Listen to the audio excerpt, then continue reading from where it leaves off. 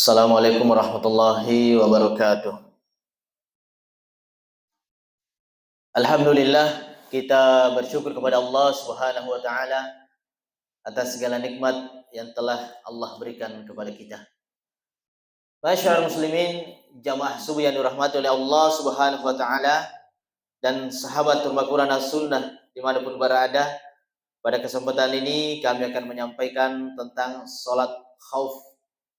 Ya, masa panjang tapi kondisi tauqi.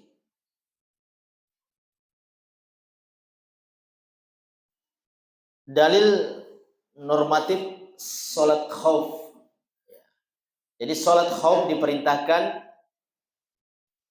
dalam firman Allah. Engkau merentana. Surah An-Naba An-Nisa ayat 102.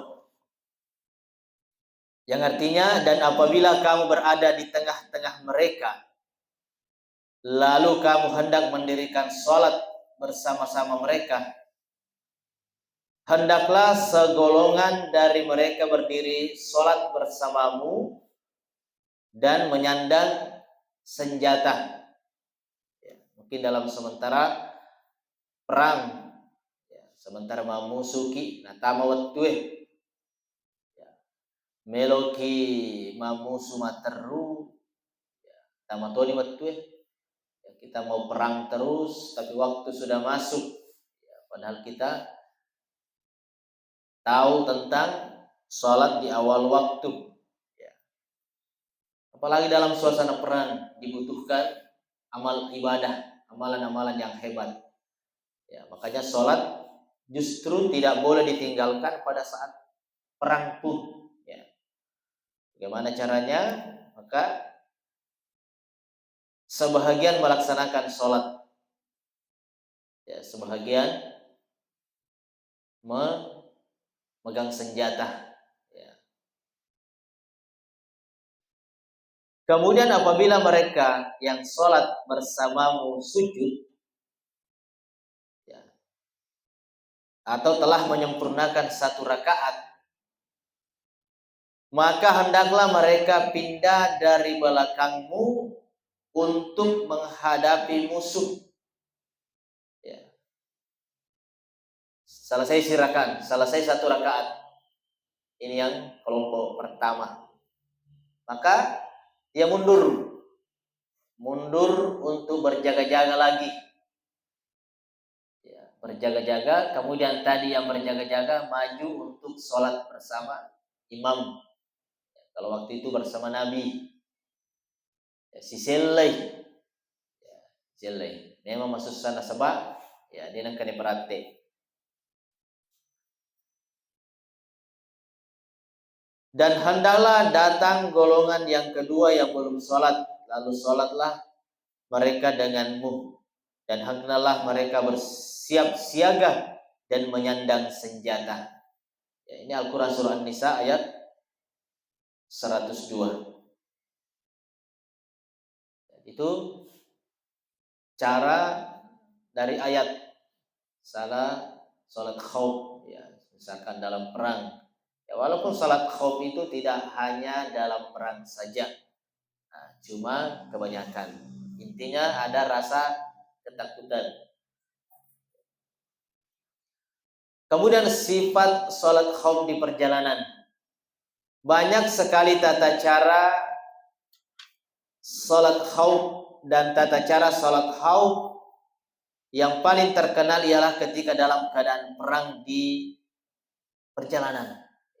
Itu yang paling terkenal dalam suasana perang. Caranya pasukan dibagi dua kelompok. Itu tadi yang pertama dalil Al-Quran, yang penjelasan. Kelompok pertama menghadap ke arah musuh dan kelompok kedua berbaris di belakang imam. Siapa orang nih? Eromondre menghadap ke musuh. Bokoi supaya kau kami ganggu pasal pajangnya, ini nama ngambak. Dia menghadapi musuh. Tetap di situ tempatnya. Kelompok kedua sholat 1 rakaat bersama imam dan sholat sendiri 1 rakaat lagi. Kemudian salam sedang imam tetap berdiri. Kemudian kelompok kedua tersebut pergi dan berdiri menggantikan kelompok pertama yang tadi berdiri menghadap ke arah musuh. Kemudian kelompok yang pertama yang tadi berjaga menghadap ke arah musuh datang. Kemudian sholat 1 rakaat bersama imam, sedang imam dalam keadaan duduk. Kemudian kelompok tersebut sholat 1 rakaat lagi. Kemudian imam salam bersama mereka. Dalil tata cara tersebut adalah hadis Sahal bin Khaisamah bahwa satu kelompok berbaris bersama Rasulullah Sallallahu Alaihi Wasallam, sedang kelompok satunya berdiri menghadap ke arah musuh. Kemudian Rasulullah Sallallahu Alaihi Wasallam sholat 1 rakaat bersama kelompok yang berbaris bersamanya.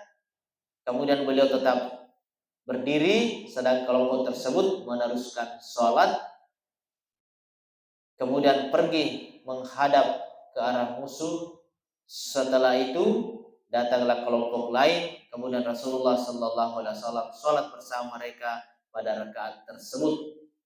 Kemudian beliau duduk, sedang mereka meneruskan sholat sendiri-sendiri. Kemudian beliau salam bersama mereka. Ini diriwayatkan Muslim. Yaitu sifat sholat khauf di dalam perjalanan. Ya, nanti di tempat sendiri beda. Mungkin itu yang sempat kami sampaikan tentang sholat khauf.